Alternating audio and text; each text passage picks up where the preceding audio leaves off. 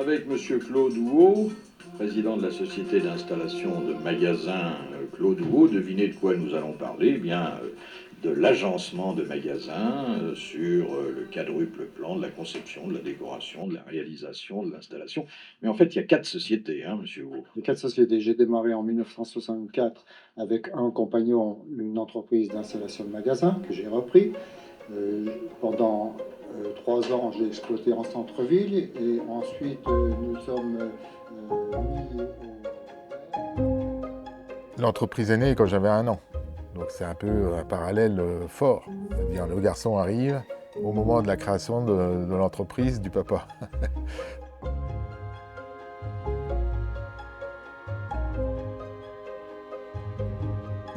Moi, j'avais un mari qui disait toujours, moi, j'aurais ma boîte, quitte à casser des cailloux au bord de la route. C'était pas une question de gagner de l'argent, mais c'est une question de faire quelque chose de faire quelque chose de sa vie. On vient au travail pour s'accomplir et non pas pour faire une tâche qui plaît plus ou moins. Alors j'estime qu'on ne fait bien une chose que lorsqu'on est heureux de la faire. J'allais de temps en temps à Saint-Nabord et j'allais dans le bureau de Claude Houot avec son aquarium à l'entrée. Voilà, il avait un aquarium et qui déjà dénotait quand même un type qui était très calme et qui était un type vrai, droit. C'était pas compliqué de travailler avec lui. Je crois que c'est un chef d'entreprise exceptionnel parce que je pense qu'il n'était pas du tout dans l'image du patron que l'on pense quand on pense à une entreprise. Il y avait un esprit de famille dans l'entreprise qui savait entretenir. Vous savez, dans la vie, vous ne rencontrez pas des tonnes de gens avec qui vous ne posez pas de questions.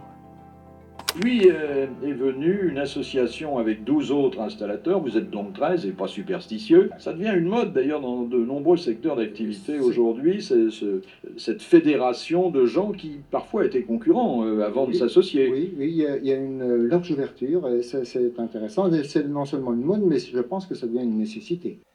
Et ils se sont dit, à 6 ou 7, ce serait bien qu'on s'associe pour avoir une force commerciale commune, de façon à aller chercher justement les clients comme les maisons de presse qui se développaient toute France.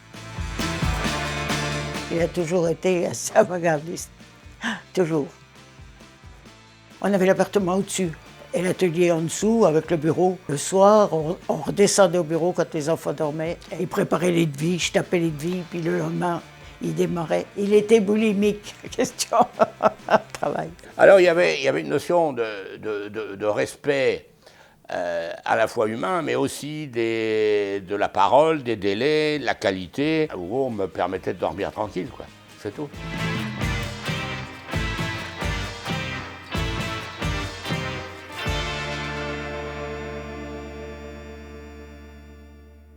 Donc on arrive à la période où effectivement de crise pour l'entreprise Houot, puisque en 97 elle perd son dirigeant, qui était toujours en activité. Malheureusement, Claude Houot est décédé d'une leucémie foudroyante en l'espace de 6 semaines. Donc 6 semaines, c'est ultra court. Et le fait de se retrouver comme ça devant l'équipe, aussi en deuil de son patron, fondateur, que tout le monde respectait parce que mon père était aimé. C'était une condition particulière pour reprendre la boîte. Ce que l'on a beaucoup apprécié, c'est qu'il ne s'est pas imposé dès le départ. Il a beaucoup écouté, il a beaucoup regardé comment l'entreprise fonctionnait. Quand tu sais rien, eh bien tu fais pas de mariole. Alors ici, on est dans le monde de la vis, on est dans le monde du matériau, on est dans le monde de la fabrication. Quand je suis arrivé à l'atelier bois, il n'y avait personne. Donc moi, j'ai remplacé sur un peu tous les domaines. Je suis encore de l'ancienne école. J'aime bien travailler avec le crayon, la règle. Il n'est pas comme dans des gros groupes, des grosses enseignes où c'est qu'on est un pion. Si tu n'es pas content, tu t'en vas. Là, on a encore le moyen de s'exprimer, de dire ça ne me plaît pas, il faudrait faire comme ça. Il est à l'écoute. Alors, après, il est toujours en avant, mais il est quand même toujours à l'écoute.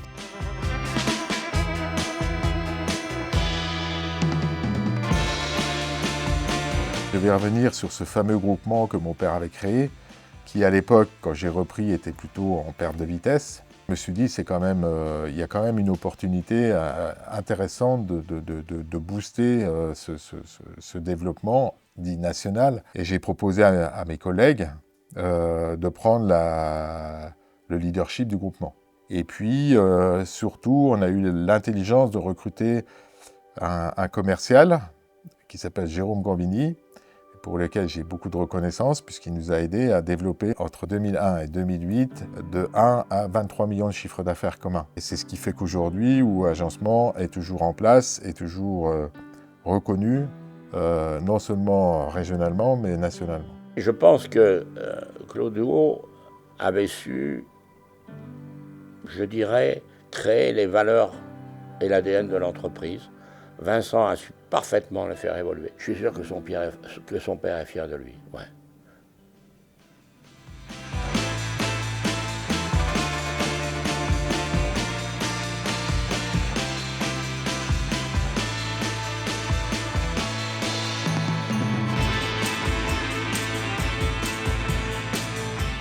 Et le moment est venu, à partir de 60 ans, de commencer à se poser la question de la transmission.